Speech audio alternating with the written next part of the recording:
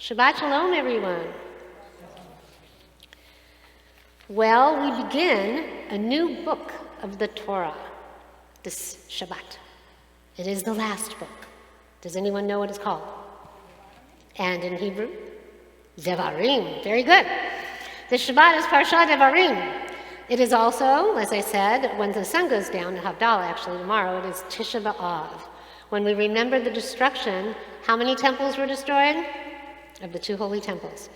The sages taught all mitzvot practiced by a mourner are likewise practiced on the 9th of Av. So we are meant, there's actually a fast. Of course, many of us here don't fast on those days, but we have a much older population too, so you shouldn't fast if you need to not fast for health reasons. But we are supposed to simulate mourning just as we do on Yom Kippur. And so we are meant to think about the temples and how they've been destroyed and the great loss that we had. But it's interesting, and I was mentioning this to Diana, that we will be memorializing our dear founding member, Tony Wolfe, tomorrow when Tisha B'Av begins at sundown.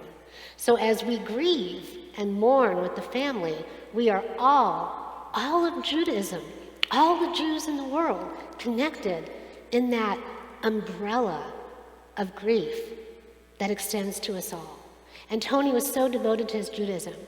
So hopefully as we contemplate this, we will all be lifted up in that umbrella, that Sukkot Shalom of peace, as we contemplate what it means to experience loss and what it means to experience love. Devarim is all about words and the power that they have in our lives to influence us both positively and negatively. Kabbalists state, we've all heard the phrase, think before you speak. How many of you do that all the time?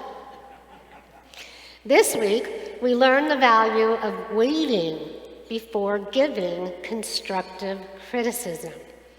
And this is from the Kabbalistic point of view. The energy of Devarim teaches us the importance of coming from a place of sharing if we want our feedback to be helpful and not harmful. So before sharing your constructive criticism with someone, ask yourself, did they ask for my feedback? How many of you ever gave it when nobody was asking for it?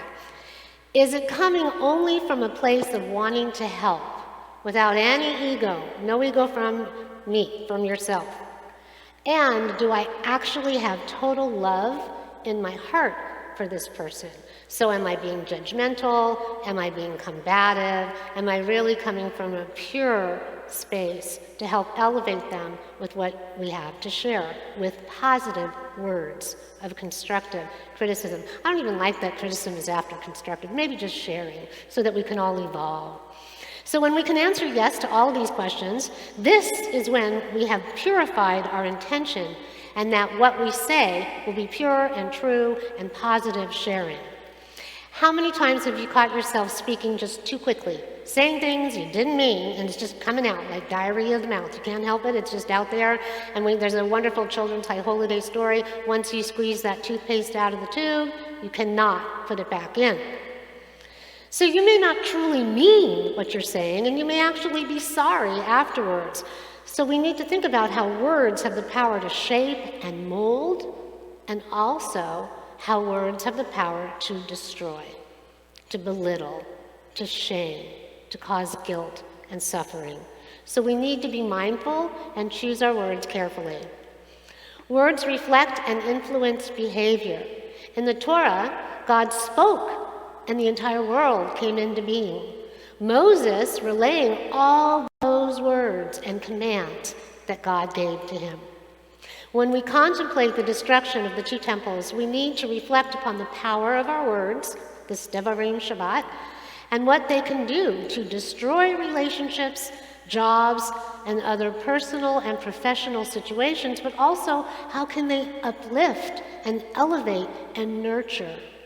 We must think about Lashon Hara, gossip, and how this can be the biggest culprit affecting both the speaker and also the listener with negativity. When we smash the glass at a wedding, which we just did a couple of weeks ago and we're going to do next week for Sierra, we remember the destruction of the two temples, and we contemplate how even good can come from destruction. The destruction that remains begets something new when you rebuild. And Rabbinic Judaism was born, and the belief that we all carry Torah with us wherever we go. We are the Torah. We have that story within us. And we don't have to have a structure. We have the structure in the vessel of our own being. And that's what the destruction of the temples begot. We needed to know that we don't have to go to a physical space. We don't have to go somewhere and make our sacrifices. We just need to know that we need to be mindful of the mitzvot, carry those commandments and that love of Judaism and Adonai within us, and take it with us wherever we go. This is why we have the tzitzit on the talit. This is why we have mezuzot on our doors, to remind us when we come and when we go, we carry God and Torah with us. An important concept as we start to think about centuries, almost 6,000 centuries, and we contemplate our lives, especially in this period where we are moving toward High Holy Days. I know it is hard to think about that, but it is 7 weeks away. That's coming. We are already starting to prepare. August is the time when the musicians start to prepare. I've already written my Yom Kippur sermon, so now I'm going to go backwards.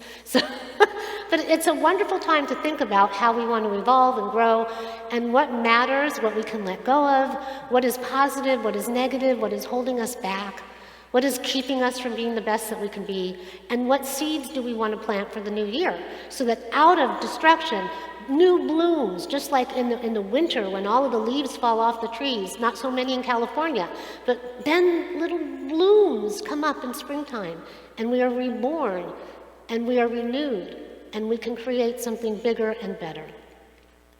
So, may the mourning that we experience in this Tisha B'Av time, and as one collective, bind us together as we think about our beloved Tony as well. We'll hear many words of blessing that will honor and elevate him, words that will bless his memory. May this morning that we experience bind us together and illuminate not only Tony, but all the people who have sacrificed and come before, people in his family. Many people will be here to reflect upon that, but all of us, going all the way back to the time of the two temples, the sacrifices, the devotion, and the fact that we're still here. What does that mean? As we go through this Shabbat, stay away from the ocean if you can. No surfing, you guys. From sundown on Saturday and through sundown on Sunday. This is the custom that I said is observed on Tisha B'Av. And there is a song which we will be singing, By the Waters of Babylon. Why? Because the temples were by the waters of Babylon. And contemplate how your words can be used for good. May we reflect as we culminate the most negative 3 weeks in our Jewish calendar. Has anyone had any negativity in the last 3 weeks? Directing ourselves towards High Holy Day, and may we be positive influences in this world which so desperately needs it. May we be the influence for healing and light. Ken Yehi Ratzon, be God's will. Shabbat Shalom.